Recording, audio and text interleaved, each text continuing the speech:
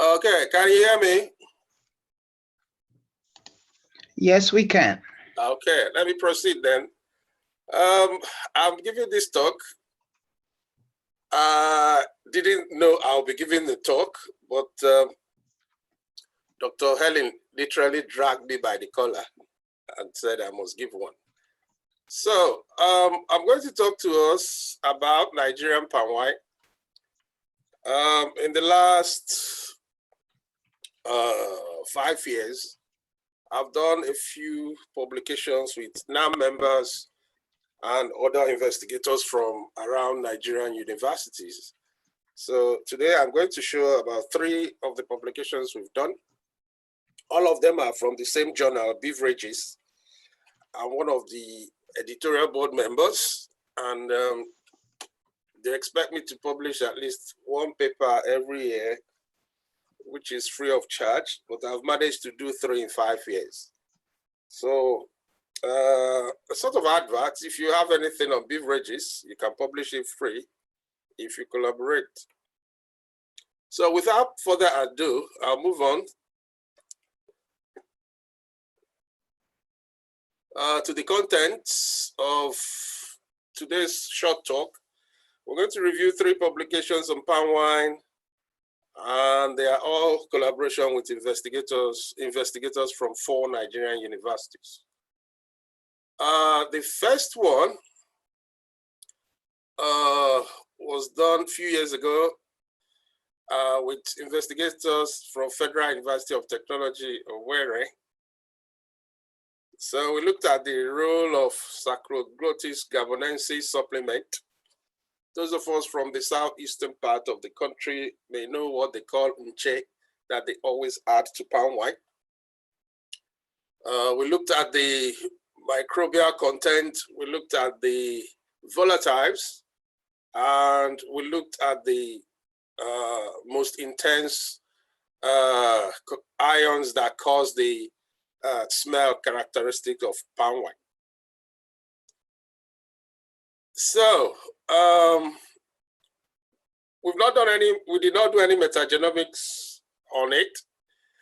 It was basic molecular identification using restriction fragment length polymorphism analysis in combination with individual sequencing of culturable organisms. We also did GCMS. If you look at the graphical abstract on the screen, we did GCMS to identify volatiles. From there, we saw that the the 3 highest were ethyl acetate, ethanol, and acetic acid.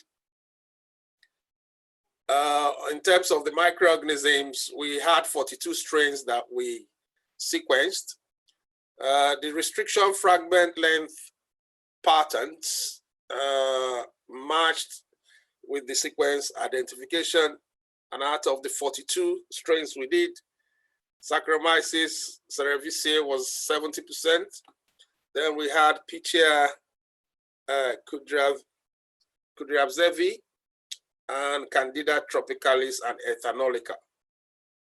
So the occurrence of Candida ethanolica gave us an indication of what is going on throughout the process of the palm wine fermentation. There's a general consensus that at the beginning, you have lactic acid fermentation. Eventually, that is taken over by Saccharomyces. Then at some point, you have acetic acid bacteria dominating. So Candida ethanolica can only synthesize ethanol. It cannot use glucose. So we came to know about that fact, which is we've not seen anywhere before. So the 42 strains we got, we registered the sequences with the NCBI. And another interesting thing we did, in order to confirm the typical smell of palm wine, we put a few of palm wine into a Duran bottle, and we did atmospheric pressure chemical ionization mass spectroscopy. It was real time, so And we knew immediately we did the connection, 3 signals came up among other signals, and they corresponded with the GCMS data, and it was ethanol acetic acid and ethyl acetate. So the future work we can do on that is to, establish the beginning of all those interactions and pathways. So following the that first paper, we found that the main thing we found there, Saccharomyces dominates. Then the food supplement in Che, we found that it sort of reduces the acetic acid content. One thing we did was when we did the GCMS, we had about 31 compounds, and we wanted to find if those 31 compounds are products of yeast fermentation. So what we did is we did a check using the compound structures. We looked at the yeast metabolome database, and we found out that it was only 23 out of the 32 compounds or 33 compounds we had that was from yeast fermentation. So we did a follow-up paper because we found that the other 7 to 9 compounds had food safety concerns. So we did a review paper on the contaminants, because if the 7 of them, if other compounds that are not in the metabolome database are not products of yeast fermentation, one can safely conclude that they are contaminants from the environment.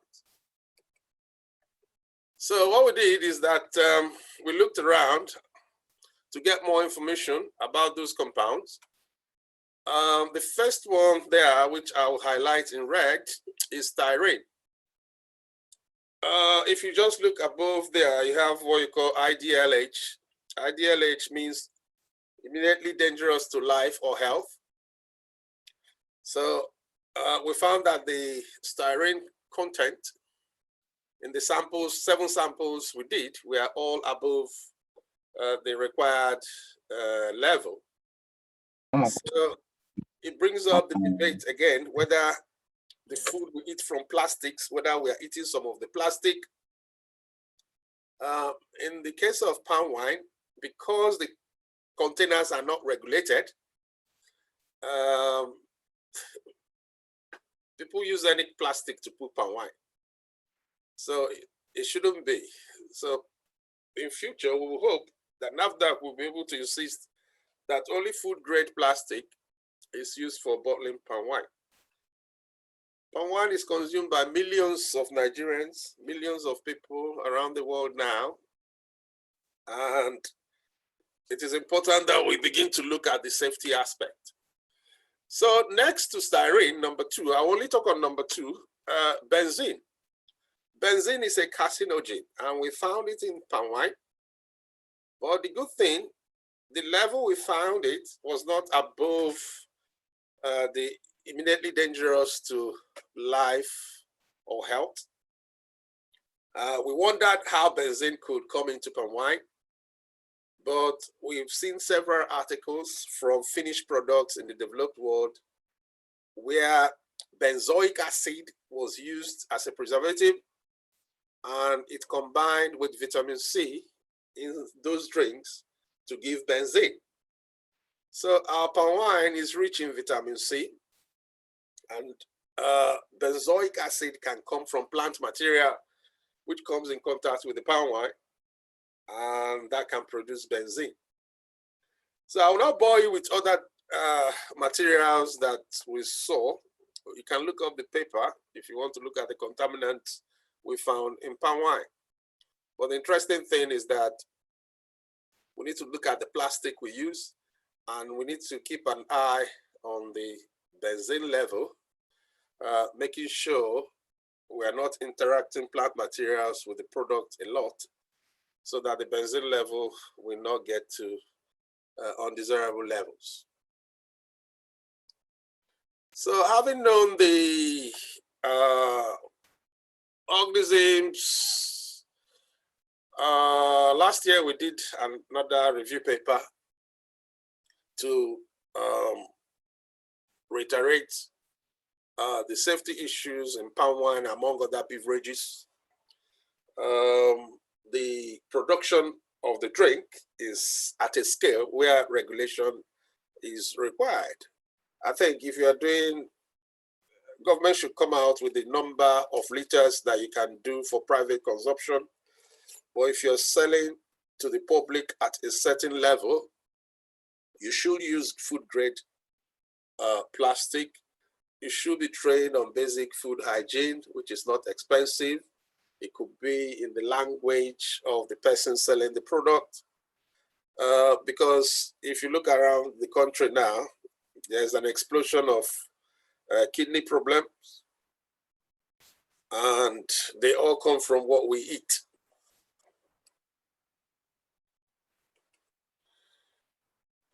So that we've talked a bit about microbiology and biochemistry.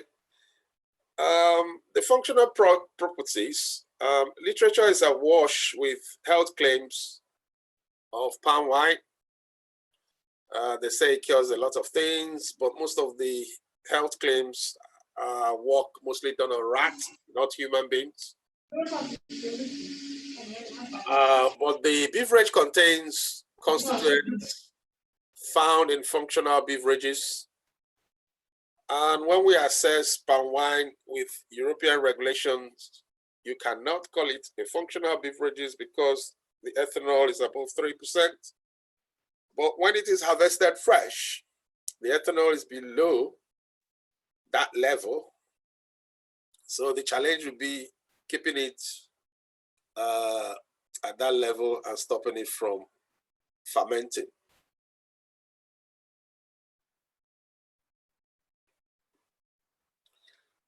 So the main summary for the three papers is that Saccharomyces cerevisiae dominates right from the time of Okafor. Ndukwu Okafor is one of the earliest scientists that did research on palm wine. Ndukwu Okafor. Prior to him, there was Bashir and Faparusi. They've all been talking about Saccharomyces cerevisiae, but with molecular studies, we are beginning to find out the sort of strain we have in them. Sometime in 1989, the late Ezeronye found that the strains of palm wine yeast we have in Nigeria appears to be unique and localized. But in our first paper, in addition to those unique local Saccharomyces, we used reference strain 288C, used a lot in Europe, and one of the strains was 100% matched. So in addition to autochthonous yeast, we also have yeast that evolved from other places around the world. So the biochemical compounds in the drink are similar to those found in red and white wines, but the environmental contaminants is a big concern. The drink contains functional compounds, but it needs to be refined. It needs to be tested on humans before any functional claim can be accepted. Like I said, 90% of the functional claims at the moment is from work done on rat. Even though it's a good indicator, we cannot just take it for granted. Although 2 years ago in Mexico, some other investigators even proposed that there were anti-cancer agents in palm wine. South America is another place they drink palm wine a lot. So, in conclusion, or future work, we need to do the metagenome sequencing of palm wine in Nigeria. To the best of my knowledge, only one has been done when a group of Nigerian scientists took some samples to Ghana when they had a workshop, and they did just the bacteria aspect of it. In 2019, a group in Mexico did one. And last year, the Ivorians did one. You know, science is a very small world. So you can just follow development in areas you're interested in.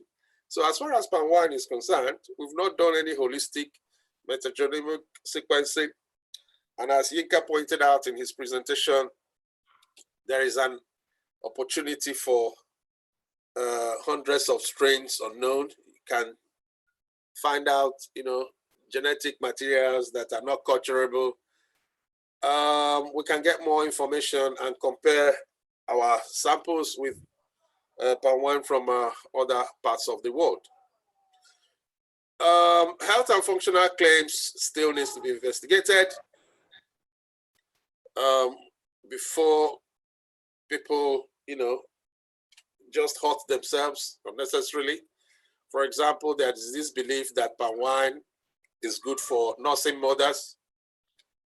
If it is the unfermented one, maybe yes, because of the high level of yeast. But if it is the fermented one, which contains high percentage of alcohol from 3% and above, many doctors in Nigeria have pointed out that it can harm the baby. Okay, so we need to do more research on production, processing, and storage. Huge opportunities there. And we need to begin to ask ourselves whether the food we eat, especially palm wine, contributes to our daily. Daily means, or daily, depending where you're coming from, it means disability adjusted life years. That's the number of years you lose because you are unable to, you know, function. So in Africa, the number of years we lose is very high. At the minute, as I understand, the life expectancy in Nigeria is 53. When we are young and we have a strong immune system, we may say that all these things we eat does not matter, that we overcome them. We don't need food safety. We don't need to be careful. But in the end, it catches up on us. It may be why in Europe you see people in their 70s, 80s, they still play tennis, whereas in Africa, many people are bedridden. So, that's the end of the talk. Before I go, I'll just wish to highlight there's a special issue editing with a colleague, Dr. Gedi. If you have anything on fermented product, whether food, yeast, or anything at all you wish to get in there, there is an opportunity to publish free.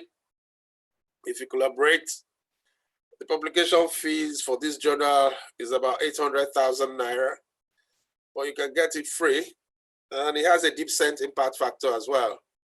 So that is an opportunity if you need it. Although the deadline says September 21, because of me, they can extend it to December if we need it. So thank you. That's my talk on palm wine. And if you have any question, I'll be ready to answer. Thank you very much. Okay, thank you, Dr. Oji, for your presentation, and we appreciate all the speakers who have spoken today, especially for the NAM Research Day. Now, I would go on to apologize to those who are coming in